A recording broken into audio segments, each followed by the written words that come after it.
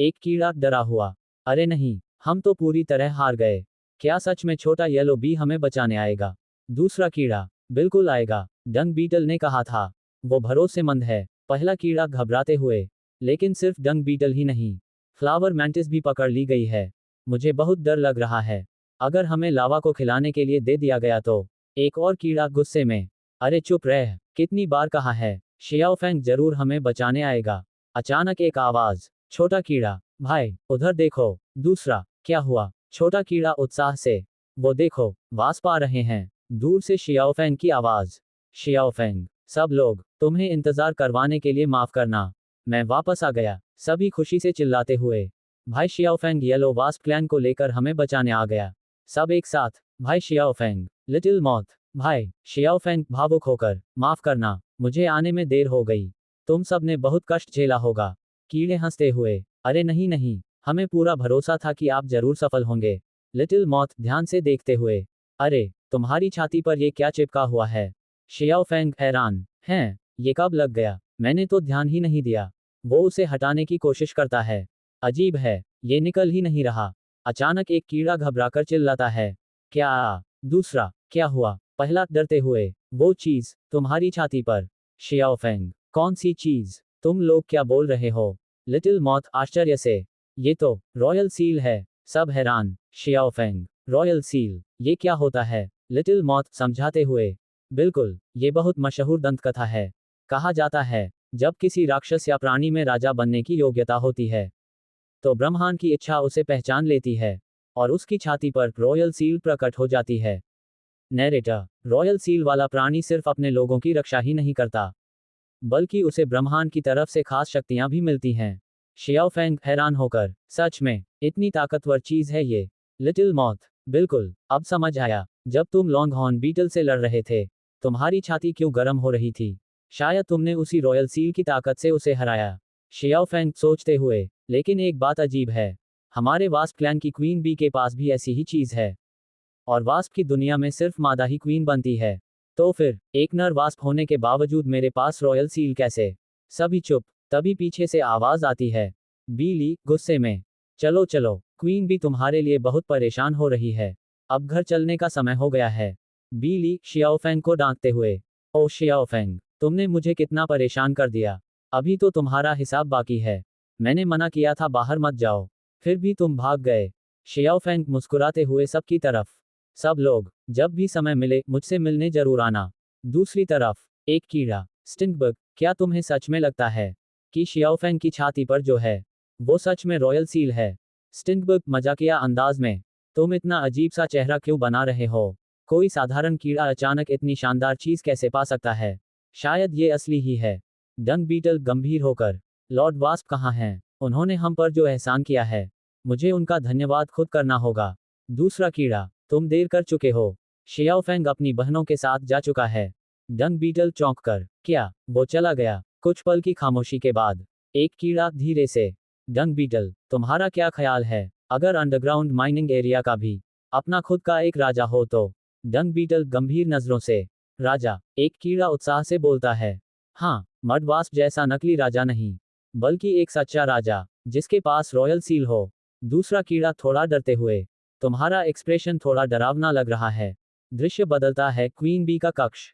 Queen B प्यार से, धीरे धीरे खाओ, तुमने बाहर बहुत कष्ट झेला है।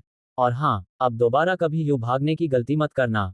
शियाओफेंग आदर से, समझ गया, क्वीन माँ। एक वास्प, क्वीन बी, उसकी छाती पर जो निशान है, क्या वो सच में रॉयल सील है? क्वीन बी गंभीर होकर, हाँ, वो बिल्कुल असली है। दूसरा वास्प हैरानी से, लेकिन वो तो एक नर वास्प है, फिर वो राजा कैसे बन सकता है? क्वीन बी, हो सकता है शियाओफेंग में असाधारण प्रतिभा हो, और ब्रह्मांड की इच्छा ने खुद उसे आशीर्वाद दिया हो।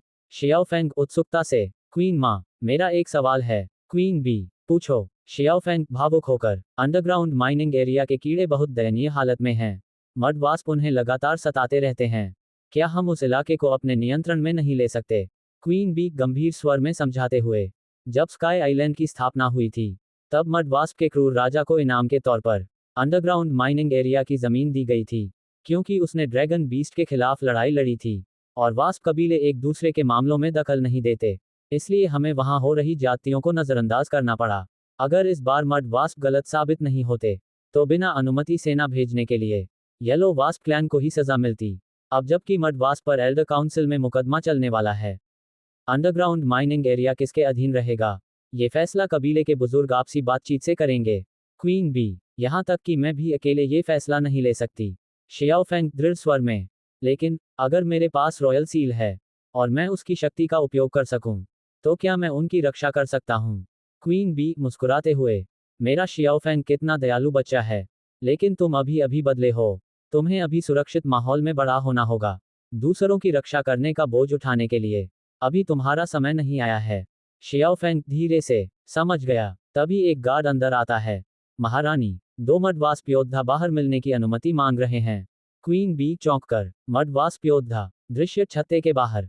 डंग बीटल आदर से झुकते हुए, अंडरग्राउंड माइनिंग एरिया का डंग बीटल क्वीन बी को प्रणाम करता है। फ्लावर मैंटिस भी महारानी को प्रणाम करती है। क्वीन बी कठोर स्वर में, मड वास्प कबीले के लोग, तुम मुझसे मिलने क्यों आए हो? डंग बीटल गंभीर होकर, हम दोनों अंडरग्राउंड माइनिंग एरिया के सभी कीटों की तरफ से आए हैं और हम अपनी निष्ठा अर्पित करना चाहते हैं। क्वीन बी हैरानी से, निष्ठा अर्पित करना? डंग बीटल, हाँ महारानी, हम विनम्र निवेदन करते हैं कि लॉर्ड शियाओफेंग हमारे क्षेत्र के लोगों का नेतृत्व करें। हम सब अपनी जान देकर भी लॉर्ड शियाओफेंग के सम्मान की रक्षा करने को तैयार हैं।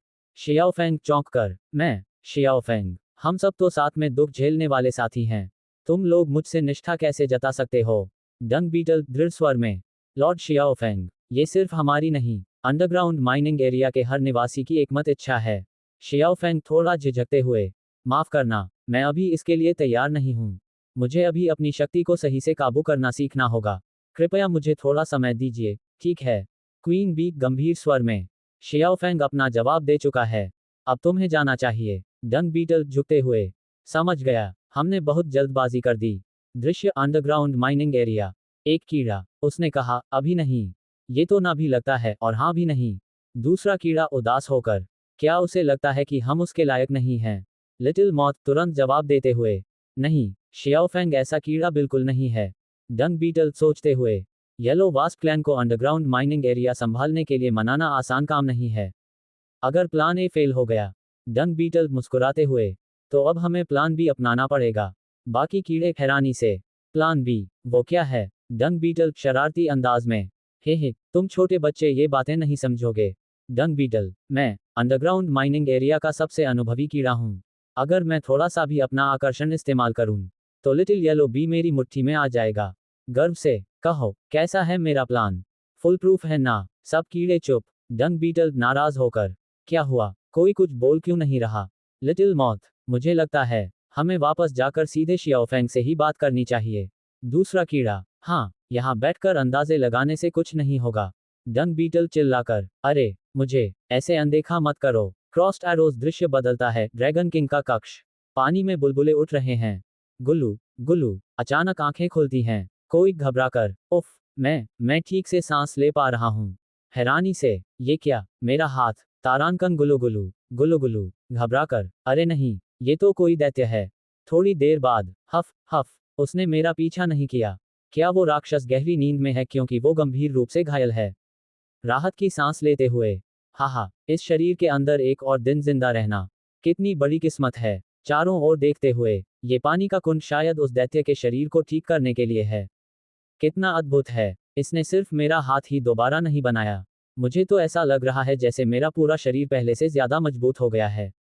थोड़ा डरते हुए, लेकिन ये अजीब सा निशान थोड़ा डरावना लग रहा है।